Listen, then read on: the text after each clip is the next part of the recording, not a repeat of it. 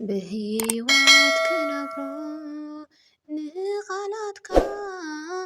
ኣብ ዓለም ክዝከር ተኣምርካ ጸጋኻ ብዝሕል ሰላም ሰላም ናይ ዙፋኔ ናርዲ ተኸታተልቲ ዝኾንኩም ኩልኹም ከመይ ኣለኹም ድሓን ዲኹም? ኣነ እግዚኣብሔር ኣምላክ ይመስገን ሰላም እየ ጽቡቕ ኣለኹ። ከምዚ ኣነ ሰላም ዘለኹ ሰላም ክትህልወለይ ናይ ኩሉ ግዜ ትምኒተይ እዩ። ሽምበኣር ሎማዓንቲ ሕፅር ዝበለት ተኸታታሊት ዛንታ ሒዘልኩም መፅአ ኣለኹ። ቅድሚያ ብላይክ ጀምርዎ ኢኹም ክቡራት ቤተሰብ። ሓቀኛ ኣርእስቲ እታ ዛንታ ድማ ሓቀኛ ዛንታ እታ ስደተኛ ጓል እያ ትብል። ሽምበኣር ቀዳማይ ክፋል ናብኡ ከበለኩም እየ ጀሚረ ክሳብ ዝፍፅም ምሳይ ክፅንሑበት ቀዳሚ ክላበወኩም ይደሊ። ሰናይ መከታተል።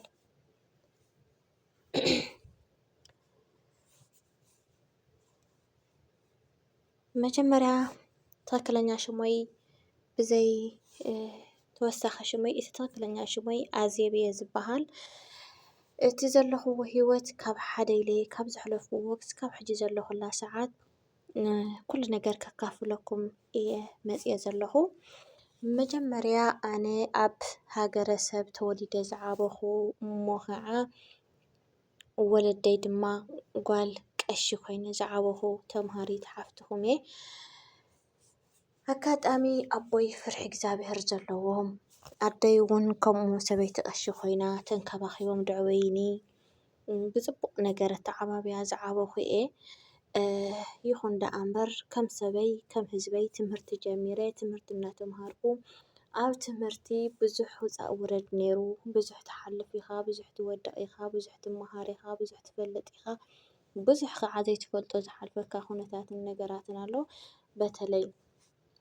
በተለይ ኣብ ትምህርቲ እዚ ዘይትፈልጦም ነገራት ትመሃር እሞ ርእስኻ ዘይሕዘልካ ፈዛዝ ትኸውን መምህር ክቅጥቅጠካ ከሎ ብዙሕ ነገር ኢኻ ተስታውስ ካብ ትፈልጦ ከዓ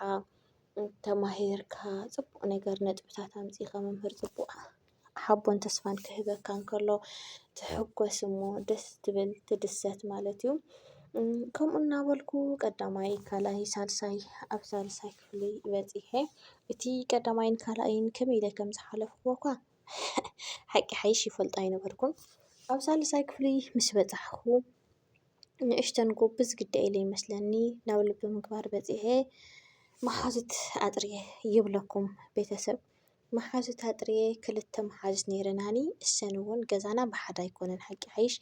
ወላ እቲ ከባቢና እውን ብሓደ ኣይኮነን ናታተን ርሑቕ እዩ። እናተይ ግን ናፍታ ቤት ትምህርቲ እውን ቀረባ ስለ ዝነበረት ምስኣተን ብዙሕ እጓዓዝ ኣይነበርኩን። እንተኾነ ሓደ ሓደ ግዜ ምስአን ናፍቱ ካብ ገዛውትና ቤት ትምህርቲ ተፈዲስና ክንወፅእ ከለና ግን ምስአን ኢለስ ርሑቕ ዝኸደሉ ሰዓታት ነይሩኒ። ምክንያቱ ፍቅሪ ናተን ስለ ዝስሕበኒ ዝነበረ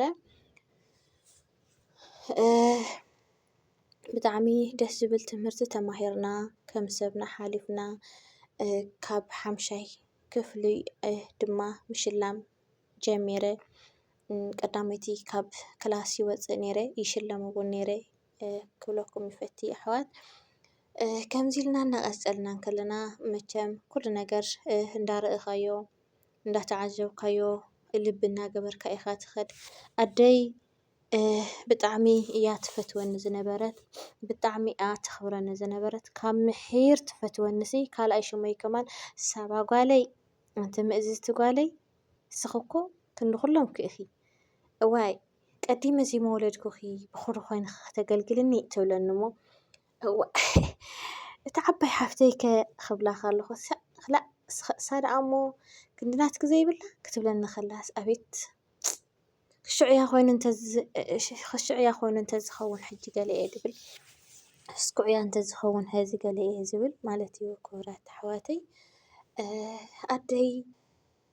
ዘሐጉሰኒ ዝነበረ ሓደ ነገር እንታይ እዩ እንተኢልኩምኒ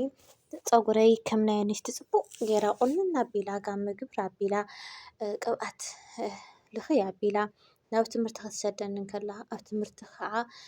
እዘን ፀጉረይ ነዋሕቲ ማራ ነዊሕ ኣይኮነን ሕፅር ዝበላ እሞ ከዓ ብዙሕ ፀጉሪ እዩ ነይርኒ ነዊሕ ኣይበሃልን ሓፂር እውን ኣይበሃልን ማእኸላይ ማለት እዩ ከዚ ቁንን ኢላ ቆኒና ክትሰደኒ ከላ ኣደይ ናብዚ ከብዶ ከለኹ ትምህርቲ መሓዝተይ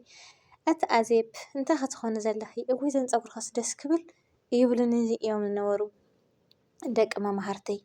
ካብ ከምኡ ዝተለዓለ ድማ መሓዝተይ ኣዜበይ ማዘርኪ ምን ቆኒንኪ ክብላኒ ከለዋ ኣደይ ኣቆኒናትኒ ክብለኒ ከለኹ እሞ ማዘርኪ እባ ክቁንናና በይዛ ኺድናኪ ተኽኢልክስ ገዛኹም ድኽንከይድ ይብላን እሞ መቸም ብቆልዕነትካ ብሓደ ወገን ፅቡቅ ክሰርሕ ደስ ይብለካ ብሓደ ወገን ከዓ ከምዚ ቅንኢ ነገራት ስለ ዝሕድረልካ እንታይ ይብል ነይረ መሲልኩም ንዓናይ ፀገም የብሉን ይብለን እሞ ምልስ ኣቢለ ከዓ ከምዚ ቅንኢ ድዩ መቸም ውሽጥኻ ብዙሕ እንትና ይብለካን እዩ እዋእ ኖ ከምዚ ናተይ ፅቡቅ ክቁነና ኣይደልን ኢለ ሓደ ግዜ ኣደይ የላን ቀብሪ ኸይዳ ወይ መርዓ ኸይዳ ወይ ተስካር ከይዳ እናበልኩ ብዙሕ ግዜታት ይዕሽዋ ነይረ ዘን መሓዝተይ ምሒር ሓሊፉ ግን ነደታት ንግረንአን ኣዜብስ ክፅብቅ ቁናኖ እያ ትቁነን ግን ኣዲኣ እየን ዝቁነና እሞ ክፅብቅ ንሕናስ ከምኡ ዶ ትቁነንና ይብለአን ወለደን እሞ ወለደን ከዓ ኣይኽእላን እሞ ኸይዳ እንደዘን ደቀይ ቆንናና በለአን ውናኽን ኢላታ በተለይቲ ሓንቲ መሓዛይት ይዝከረኒ ስማ ከዓ ሰላም እዩ ዝነበረ ሰላም መሓዛይ ይዝከረኒ ንገዛና መፅያ ማማ ፀጋ ክቁነን መፅየ ትብላኒ ማዘረይ እሞ ኣነ ከዓ ኣጋጣሚ ሳብ ደንባ ኮፍ ኢለ እንጀራ እናበላዕኹ እየ ነይረ እሳ ድማ ኣብ ደገ ኣብ መረባ እያ ከምኡ ከተብላ ሰሚዐ እያ እዛ ክገርመኩም እዛ እንጀራ ከይበላዕኹዋ ምስ ሰፍኣ ሒዘያ እየ ንደገ ዝወፃኹ ማለት እዩ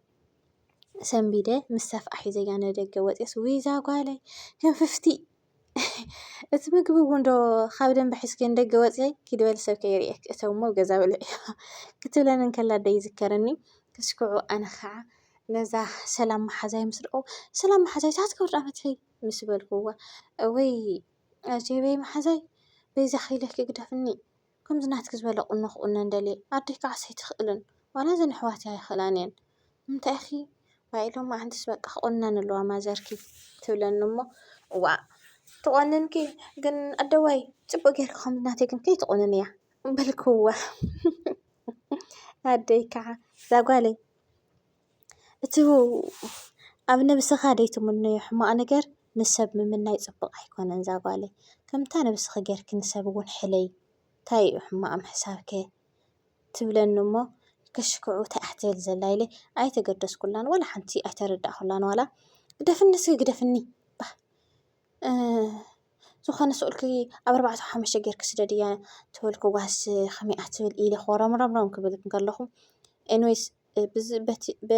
በተለይ ኣነ ከምኡ ኢለ ክዛረብ ከለኹ ኣደይ ሰማዕትና ኣይመሰለንን ግን ሰሚዓትንስ ኣይ ድሓን ኣበይንትና ያራኸበና ዛ ጓለይ ኢላ ገፃ ምልስ ኣቢላ ንሰላም መሓዛይ ክምስ እንዳበለት ሕሽም ዝበለ ጋመ ቆኒና በል ዛ ጓለይ